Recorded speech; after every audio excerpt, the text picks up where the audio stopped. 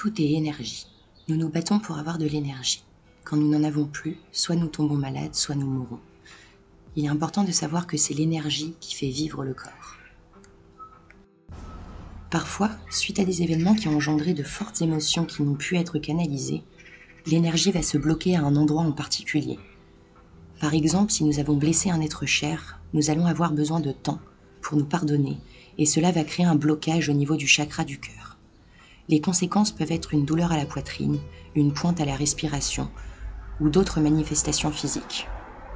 Une émotion porte une énergie. Si elle ne s'exprime pas, elle s'imprime. D'où la nécessité d'accueillir ces émotions, de les accepter et de les comprendre. Il faut savoir que l'énergie peut être obtenue de plusieurs manières. Cependant, la plus simple pour l'homme est de la voler autour de soi. Généralement, ils le font sans s'en rendre compte. C'est ce qu'on appelle les batailles d'ego, où chaque personne essaye de gagner l'énergie de l'autre. C'est notre moyen de survie.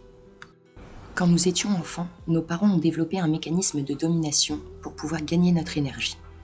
Par exemple, certains parents sont dans l'intimidation, c'est-à-dire qu'ils vont poser beaucoup de questions pour trouver la petite bête à critiquer. L'enfant fera donc constamment attention à ce qu'il va dire par peur d'être critiqué. Et dans cette attention permanente envers un de ses parents ou les deux, l'enfant va sans le savoir se faire prendre son énergie. Pour se protéger, il va développer un mécanisme de défense qui peut être l'indifférence par exemple. Et ce mécanisme de défense deviendra par la suite son mécanisme de domination. Si je vous explique tout cela, c'est pour que dans un premier temps, nous revenons à notre enfance pour pouvoir identifier quels étaient les mécanismes de domination des parents et quels ont été nos mécanismes de défense.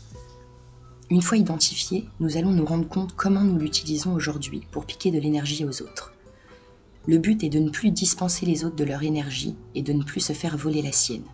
Car un des problèmes majeurs dans tout ça, c'est que l'énergie qu'on obtient des autres n'est pas une énergie neutre, elle ne nous appartient pas.